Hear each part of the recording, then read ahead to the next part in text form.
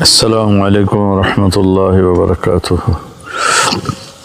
بسم اللہ الرحمن الرحیم، والصلاة والسلام علی رسولہ الکریم وعلی آلہ واصحابہ اجمعین۔ آج ہم نے سورہ یوسف کی تلاوت سنی، اس سورہ ابراہیم کی۔ سورہ یوسف کو اللہ تعالیٰ نے احسن القصص بما اوحینا الیک، نحن نقص علیک احسن القصص بما اوحینا الیک، کہ میرے محبوب ہم نے آپ کو قرآن میں جتنے بھی واقعات سنائے ہیں اور جتنے بھی قصے ہم نے آپ کو سنائے ہیں، ان میں سب سے خوبصورت کہانی اب ہم آپ کو سناتے ہیں۔ اس کا احسن القصص ہونے کی کیا وجہ ہے، وہ مفسرین نے بے شمار نکالی ہیں۔ یہ وجہ ہے، وہ تو بہت لمبی چوڑی ہیں، میں صرف اس کی ایک بتایا کرتا ہوں۔ زندگی کیسے گزارنی ہے کہ ہم کامیاب ہو جائیں، یہ بہت بڑا مسئلہ ہے۔ جیسے میں نے 2 دن پہلے وہ ملاح والی بات بتائی تھی کہ کہیں موت کے وقت ناکامی کا سامنا نہ کرنا پڑ جائے تو ہر شے تباہ و برباد ہوگی۔ قل ان الخاسرین الذین خسروا انفسهم واہلیہم یوم القیامہ، آپ ان سے بتائیے کہ اصل ناکام وہ نہیں ہے جو دنیا میں الیکشن میں ناکام ہو گئے اور پڑھائی میں ناکام ہو گئے، کاروبار میں ناکام ہو گئے۔ اصل ناکام وہ لوگ ہیں جو قیامت کے دن ناکام ہو جائیں گے، جن پر اللہ تعالیٰ ناراض ہو جائے گا۔ اس کی ناراضگی سے کیسے بچنا ہے اور اس کی فرما برداری والے راستے پر کیسے چلنا ہے، قرآن اس کو بتاتا ہے۔ بیچ میں ایک دشمن کھڑا ہے، شیطان، جو ہمیں اللہ کے راستے سے ہٹاتا ہے اور غلط راہوں پہ لے کر چلتا ہے، شارٹ کٹ زندگی کے بتاتا ہے، اور زندگی میں شارٹ کٹ کوئی نہیں ہے۔ پھر یہودا نے کہا، جس کے نام پر یہودی کہلاتے ہیں، سب سے بڑا بھائی تھا یہودا، لیکن یہ مارو نہیں، اطرحوہ فی غیابۃ الجب، کہ او اطرحوہ ارضا یخل لکم وجہ ابیکم وتکونوا من بعدہ قوما صالحین، کہ ایسا کرو کہیں دور دراز پھینک دو،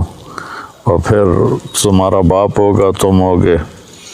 تو تم اپنے باپ کے زیادہ محبوب بن جاؤ گے۔ تو ان کو لے کر گئے اور جا کر واجمعوا ان یلقوہ فی غیابۃ الجب، جب اس کنویں کو کہتے ہیں جس کا پانی خشک ہو چکا ہو، جس میں پانی ہو اس کو بیر کہتے ہیں، اور جس کا پانی خشک ہو گیا ہو، اور یہ فلسطین پہاڑی علاقہ تھا تو اس میں کنویں خشک ہو جاتے تھے، تو انہوں نے اس میں پھینکا ان کو، تو اللہ تعالیٰ کا غیبی نظام چلا، پھر وہ قافلہ آیا، انہوں اٹھا کے لے گیا، گورنر مصر کے دربار میں پہنچے، پھر وہاں بڑے ہوئے تو جیسے اللہ نے ساری دنیا کے آج 7 ارب لوگ ہیں، پیچھے پتہ نہیں کتنے خرب چلے گئے، آگے کتنے آئیں گے، ان سب کو حسن میں پوری انسانیت کو 1/2 تقسیم کیا، اور یوسف علیہ السلام اکیلے کو 1/2 دیا، تو ان کا کیا حسن ہوگا۔ وہ جب گورنر بنے تھے تو پھر وہ وزیر خزانہ تو ایسے منہ چھپا کے رکھتے تھے کہ کوئی فتنے میں نہ پڑ جائے، اور عورتوں میں اللہ تعالیٰ نے حضرت حوا کو سب سے زیادہ حسین بنایا، ان کے بارے میں بس اتنا تھا، سب سے زیادہ حسین بنایا، لیکن یوسف علیہ السلام کے بارے میں اعطی شطر الحسن، کہ آدھا حسن سارا دے دیا۔ تو زلیخا کا امتحان آیا، بہت بڑے گناہ کی دعوت، وراودته التي هو في بيتها عن نفسه وغلقت الابواب وقالت هيت لك، یہ اتنا لمبا جملہ اس منظر کے خوفناک امتحان کو بتا رہا ہے، میں سے چھوٹا جملہ بھی ہو سکتا۔ تو یوسف علیہ السلام پر دو امتحان آئے، ایک بہت بڑے گناہ کا امتحان آیا ہے، ایک مصر کے حسن و جمال کا فتنہ، اور دوسرا بھائیوں کی طرف سے جو آزمائشیں چلیں اور ان کی مخالفانہ تدبیریں چلیں، انہوں نے اس پر جو صبر کیا۔ تو جب وہ بھائی ملے نا، جب اللہ تعالیٰ نے یوسف علیہ السلام کو گورنر بنا دیا، وزیر خزانہ بنا دیا، تو بھائی آئے، وجاء اخوة یوسف فدخلوا علیہ فعرفهم وهم له منکرون، کہ بھائی یوسف علیہ السلام نے تو پہچان لیا میرے بھائی آ گئے، چونکہ یوسف علیہ السلام اس طرح بیٹھتے تھے، یہ پورا نقاب اوڑھتے تھے، صرف آنکھیں نظر آتی تھی، پھر چھوٹے سی عمر میں ان کو انہوں نے بیچا تھا، اور وہ 30-40 سال کے جوان آدمی تھے، تو ان کا خیال بھی نہیں ادھر گیا، تو انہوں نے پہچانا بھی نہیں۔ یوسف علیہ السلام نے پہچان لیا، تو کہنے لگے تمہارا دوسرا بھائی ہے کوئی؟ کہا جی ہے۔ کہا اس کو لے کے آنا ورنہ کچھ نہیں دوں گا۔ پھر ان کو ایک بہانے سے اپنے پاس رکھ لیا۔ جب انہوں نے بنیامین کو اپنے پاس رکھ لیا تو یہودا نے کہا میں تو واپس نہیں جاؤں گا، پہلے ہم نے یوسف کو کھویا، جان بوجھ کے ہم نے شرارت کی، اب بنیامین ہماری وجہ سے تو نہیں، خود اپنی وجہ سے ایسا ہو گیا، تو جب تک میرا باپ کوئی مجھے اجازت نہیں دے گا میں ادھر ہی بیٹھا ہوں، تم جاؤ۔ تو جب بھائی گئے اور انہوں نے کہا کہ بنیامین نے چوری کر لی ہے اور مصر کے وزیر خزانہ نے روک لیا ہے، تو اس پر انہوں نے خط لکھا۔ اچھا، یوسف بھی نبی اور یعقوب بھی نبی علیہ السلام، اب بیچ میں 7 دن کا سفر ہے ٹوٹل، تو پورے پتہ نہیں کتنے سال، 20-30 سال 40 سال وہ ادھر موجود ہیں، سلامت یہ ادھر موجود ہیں، بتانے کی اجازت نہیں، ورنہ جیسے ہی وہ وزیر بنے تھے اسی وقت وہ اپنے باپ کو پیغام بھیج دیتے کہ میں ٹھیک ٹھاک ہوں، آپ آ جائیں۔ اللہ کی ادھر بھی وحی آ رہی تھی کہ نہیں بتانا، اور یعقوب کے لیے بھی تھا کہ ان کو بھی نہیں بتانا۔ وَبْيَضَّ عَيْنَاهُ مِنَ الْحُزْنِ فَهُوَ كَظِيمٌ، آنکھیں ان کی چلی گئیں روتے روتے، اور غصہ پیتے پیتے پیتے پیتے وہ پھول کے مشکیزہ بن گئے۔ کظیم، کاظم اس مشکیزے کو کہتے ہیں جو پانی سے فل کر کے ٹائٹ کر کے بند کر دیا جائے۔ جتنے بھی سال بھائیوں نے یعقوب علیہ السلام کے ساتھ وقت گزارا یوسف علیہ السلام کے بغیر، تو انہوں نے کہا فصبر جمیل، پورے 40 سال میں ایک لفظ بھی طعنہ نہیں دیا میرا بیٹا تم نے گم کر دیا، حالانکہ آپ کو پتہ تھا انہوں نے فراڈ کیا ہے، لیکن پورے 40 سال میں ایک۔ پھر خط لکھا عزیز مصر کے نام کہ میں یعقوب بن اسحاق آپ سے مخاطب ہوں، ہم نبیوں کی اولاد ہیں، ہم چور نہیں ہیں، ہم پر بہت زمانے سے آزمائش کی چکی چل رہی ہے۔ پہلے میرے چچا کو، حضرت اسماعیل کو، ان کو بھی باپ لکھا، پہلے میرے باپ کو چھری کے نیچے سے نکالا گیا، پھر میرے بیٹے کو مجھ سے جدا کیا گیا، آج 40 سال ہو گئے، مجھے اس کا کچھ پتہ نہیں ہے، تو نے اس کے بھائی کو روک لیا، وہ میرے غم کی تسلی تھا، مہربانی کرو میرا بھائی واپس کر دو، میرا بیٹا واپس کر دو۔ یہ خط جب یوسف علیہ السلام نے پڑھا تو ان کا دل بھی بھر آیا اور آنکھیں بھی، تو اللہ کی طرف سے اجازت ہو گئی کہ بتا دو، اور اوپر سے بھائی بھی پہنچ گئے۔ ایھا العزیز قد مسنا واہلنا الضر وجئنا ببضاعۃ مزجاۃ فأوف لنا الكيل وتصدق علينا ان اللہ یجزی المتصدقین۔ کیا عاجزی ہے ان الفاظ، اور کیا ذلت اور پستی کی انتہا کو چھو کر وہ گفتگو کر رہے تھے، کیا بتاؤں۔ تو ادھر سے حکم آ چکا تھا کہ بتا دو،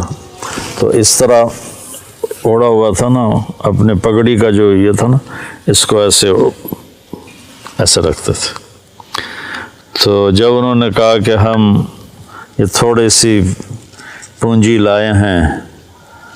اور ہمارے پاس ہے بھی کچھ نہیں، فقر بہت ہے، تو برائے مہربانی ہم پر صدقہ کر دیں۔ تو پھر یوسف علیہ السلام نے ایسے کیا، ایسے تھا نا،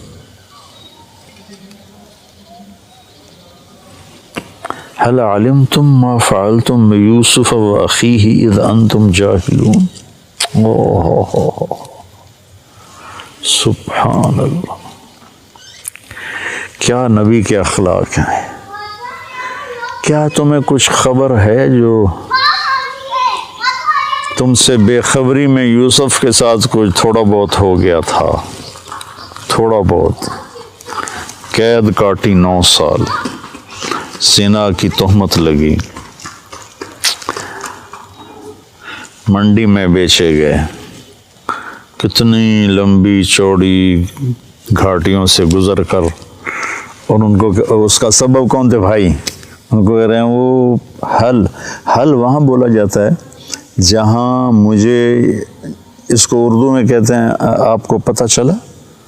سعید بھائی آپ کو پتہ چلا، تو آپ کو پتہ چلا کا مطلب یہ ہوتا ہے کہ اس کو معلوم نہیں اور میں بتا رہا ہوں۔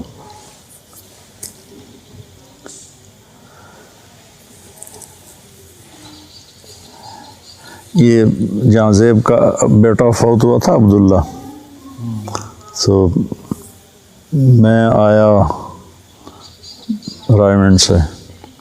تو علی چھوٹا سا تھا، یہاں کھیل رہا تھا،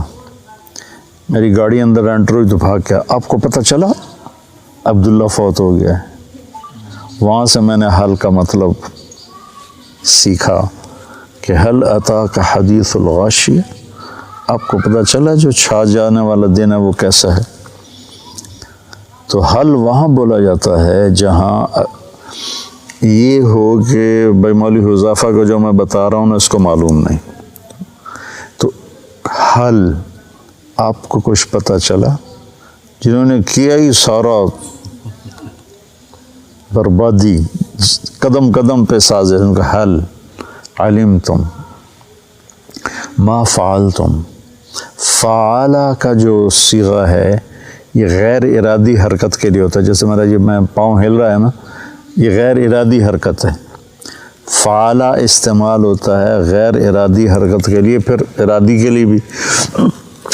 عاملہ کا لفظ استعمال ہوتا ہے ارادتاً جو کام کیا جائے۔ تو ما فعلتم میں یہ پھر ان کے جرم کو ہلکا کیا کہ تم سے بس ایم ہی ہو گیا، تم کرنے کا کوئی ارادہ تو نہیں تھا، بے ارادے ہو، بلا ارادہ ہو گیا۔ اذ انتم جاہلون، وہ بھی بے خبری میں ہو گیا، تمہیں اصل میں پتہ نہیں تھا۔ حالانکہ یہاں عبارت یوں بنتی قد علمتم، تمہیں خوب خبر تھی، ما ظلمتم، جو تم نے ظلم کیا، بیوسف و اخیہ، یوسف اور اس کے بھائی پر جو تم نے ظلم کیا، اذ انتم عامدون، اور تم نے جان بوجھ کے یہ سارا کچھ کیا، تم نے پوری بدنیتی کے ساتھ کیا، تو اس کا بالکل الٹ لے کر آئے حل علمتم، آپ کو کچھ پتہ چلا ہی ہوگا، آپ کو تو میرے خیال میں معلوم نہیں، تو میں آپ کو بتاتا ہوں ما فعلتم، جو تھوڑا بہت یوسف کے بارے میں آپ سے ہو گیا، و اخیہ اور اس کے بھائی کے بارے میں، اذ انتم جاہلون، جو آپ نے بے خبری میں کیا، آپ کا ارادہ تو نہیں تھا۔ تو اب جو اس وقت ان کا امپریشن بنانا، اس کو جو قرآن نے بیان کیا، کمال کر دیا۔ وہ تو پہلے انہوں نے غور سے دیکھا، پھر ایک دم ان کے اندر خوف پیدا ہوا کہ یہ یوسف ہے۔ پھر شک پیدا ہوا کہ نہیں یوسف کہاں ہے، یہ تو مصر کا وزیر خزانہ بیٹھا ہوا ہے۔ تو شک اور خوف اور امید، یہ 2-3 کیفیتیں ان کے اندر بن گئیں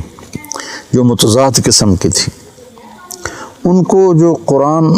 ادا کرتا ہے اس کے جو الفاظ ہیں، ایک تو ان تحقیق کے لیے ہوتا ہے، انکا یہ شک کے لیے ہوتا ہے، انت یوسف خوف ہے کہ لا بھائی ہن آیا ساڑھو تے سوٹا، یہ تو یوسف ہے۔ تو میں اس ایکسپریشن کو اپنے انداز میں جو سمجھو میں اس کو بیان کیا کرتا ہوں، انکا لانت یوسف، انکا لانت یوسف۔ مجھے بڑا مزہ آتا ہے اس آیت میں کہ کس طرح اللہ نے مختلف کیفیات کو جمع کے میں اس کو چہرے پہ لانے کی کوشش کرتا ہوں۔ انک لانت یوسف، تو نے کہا انا یوسف وہذا اخی، میں یوسف ہوں، یہ میرا بھائی ہے، قد من اللہ علینا۔ اب یہ سورہ یوسف کا خلاصہ 2 لفظ ہیں، اور یہی 2 لفظ پورے قرآن کا خلاصہ ہیں، پوری زندگی کا خلاصہ ہیں، اور کامیاب زندگی کا خلاصہ ہیں کہ انہ من یتقی ویصبر فإن اللہ لا یضیع اجر المحسنین۔ کہ میرے بھائیو، زندگی کے راہوں میں جو تقوی اور صبر کو ساتھی بناتا ہے وہ ضائع نہیں ہوتا، وہ کامیاب ہوتا ہے۔ تو تقوی میں اشارہ تھا زلیخا کے قصے کی طرف کہ بہت بڑی دعوت آئی حرام کی، اور اس میں اللہ نے ان کو اتنا استقامت بخشی، اور اس نے سارے دروازے بند کیے تھے، وہ دوڑے، دروازے کھلتے چلے گئے، اللہ کی قدرت سے تو کھلتے چلے گئے۔ تو تقوی سے مراد تھا اس زلیخا کے مکر سے بچنا، یعنی جتنے بھی گناہوں کا راستہ ہے اس سے بچنا تقوی۔ یصبر میں اشارہ تھا بھائیوں کے ظلم کو برداشت کرنا۔ آپ اندازہ لگائیں، جب بھائی اور یعقوب علیہ السلام سارے آ گئے تو یوسف علیہ السلام کارگزاری سنانے لگے کہ میرے ساتھ کیا ہوا۔ تو کارگزاری شروع سے نہیں سنائی کہ بھائی سامنے تھے اور شرمندہ ہونا تھا انہوں نے۔ لقد من اللہ وقد احسن بی اذ اخرجنی من السجن وجاء بكم من البدو من بعد ان نزغ الشیطان بینی وبین اخوتی ان ربی لطیف لما یشاء۔ ابا جی میں جیل میں چلا گیا تھا، یہاں سے کارگزاری شروع کی، مجھے انہوں نے نکالا، میں نے راستے میں مارا اور مجھے باندھا، پھر باندھ کے کنویں میں پھینکا، پھر میں ڈول میں بیٹھا، پھر مجھے انہوں نے چند کوڑیوں میں بیچا، پھر میرے اوپر زنا کی تہمت لگی، سارا حذف کر دیا کہ یہ شرمندہ ہوں گے، میرے بھائی شرمندہ ہوں گے۔ کامیابی کا یہ راستہ ہے، ہم لوگ مال بناؤ، سیاست کرو، ہیرا پھیری کرو، حرام راستوں سے پیسے بناؤ اور اپنی واہ بناؤ، یہ ہم پوری دنیا کے انسانوں کا اس وقت یہ راستہ بناؤ ہے۔ تو سورہ یوسف میں قرآن نے نا کہانی سنا کر ایسے سارے رازوں سے پردہ اٹھا دیا ہے کہ من یتقی ویصبر، گناہ راستے میں آئیں گے تو تقوی، آزمائشیں راستے میں آئیں گی تو صبر۔ فإن اللہ لا یضیع اجر المحسنین، اللہ کبھی ان کے اجر کو ضائع نہیں کرتا ہے۔ تو پورے قرآن کا خلاصہ اگر میں کہوں یہ 2 لفظ ہیں، اور سورہ یوسف نے ان 2 لفظوں پہ آ کے تھم کر کے وہ ایک ہتھوڑا مارا ہے پوری دنیا انسانیت کے دماغوں پر، کہ جن کو پتہ ہی نہیں ہے کہ زندگی کا مقصد کیا ہے، بنانے والا کون ہے۔ تو ان کے لیے اللہ تعالیٰ نے یہ ایک خوبصورت کہانی سنائی ہے اور اس ساری کا خلاصہ میں یہ دو لفظ نکالتا ہوں، من یتق و یصبر، کس صبر کی انتہا ہے۔ پھر جب انہوں نے کہا تاللہ لقد آثرک اللہ علینا من کنا لخاطئین، اللہ کی قسم اللہ نے تمہیں ہم پر عزت بخشی، ہم خطاوار ہیں۔ تو بھائیوں نے کیا کہا، یوسف علیہ السلام نے کیا کہا، لا تثریب علیکم اليوم یغفر اللہ لکم وہو ارحم الراحمین۔ لا تثریب ہوتا ہے میں عدالت میں کسی پر دعویٰ کرتا ہوں اور وہ دعویٰ ثابت نہیں ہو پاتا مجھ سے، تو عدالت اس کو کہتی ہے لا تثریب علیک، آپ پر کوئی دعویٰ ثابت نہیں ہو سکا، آپ بری ہیں باعزت۔ تو یوسف علیہ السلام کہہ رہے ہیں لا تثریب علیکم اليوم، تم پر تو کوئی جرم ہی ثابت نہیں، تو میں تمہیں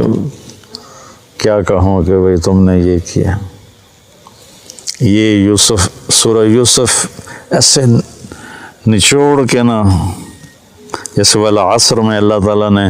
سارے قرآن کا جوس نکال کے ہمیں 4 چیزیں بتا دی،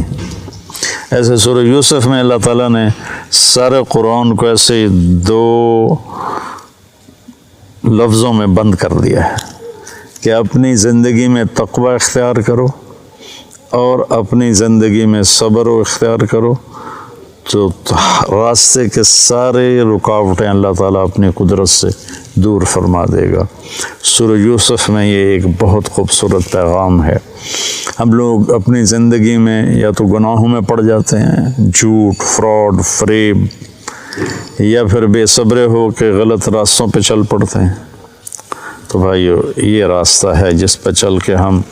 دنیا بھی بنا سکتے ہیں، آخرت بھی، تقوی اور صبر، تقوی اور صبر۔